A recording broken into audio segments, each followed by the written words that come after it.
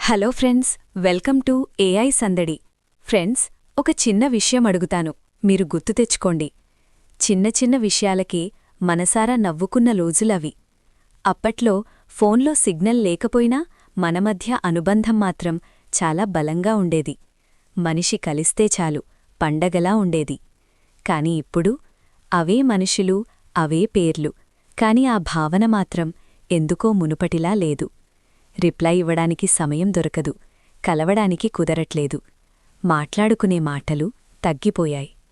అప్పుడు మనకొక సందేహం వస్తుంది, నేను మారిపోయానా లేక వాళ్లే మారిపోయారా?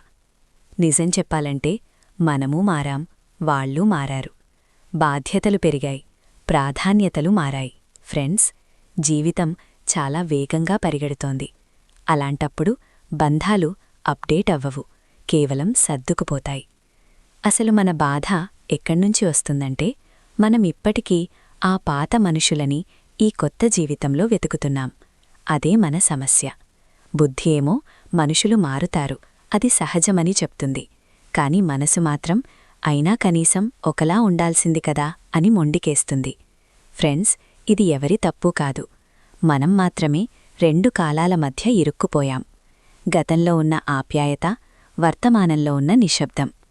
కాని ఒక నిజాన్ని మనం ఒప్పుకోవాలి, అన్ని బంధాలు ఎప్పటికీ ఒకేలా ఉండవు. కొన్ని మారుతాయి, కొన్ని దూరమవుతాయి, ఇంకొన్ని కేవలం మన మనసులో మాత్రమే పదిలంగా మిగుల్తాయి. పాత జ్ఞాపకాలు గుర్తొస్తున్నాయంటే మనమేదో కోల్పోయామని కాదు, ఒకప్పుడు మనం ఎంత నిజాయితీగా బ్రతికామో అవి గుర్తుచేస్తున్నాయి. సో, పోలికలు వద్దు, ఫిర్యాదులు అస్సలు వద్దు. ఎవరైనా ఇప్పుడు ఒకప్పుటిలా లేరు అనిపిస్తే వాళ్లను నిందించకండి, కేవలం దీన్ని అంగీకరించండి. అప్పుడది అందం, ఇప్పుడిది వాస్తవం, అంతే.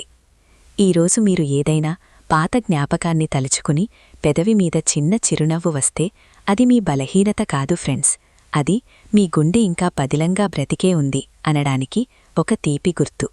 చివరగా ఒక చిన్న మాట, మనం నిజంగా మిస్ అవుతుంది ఆ మనుషులనా లేక ఆ మనుషుల దగ్గర మనం ఎంత హాయిగా ఉండేవాళ్లమో ఆ నిమిషాలనా? ఒక్కసారి ఆలోచించండి.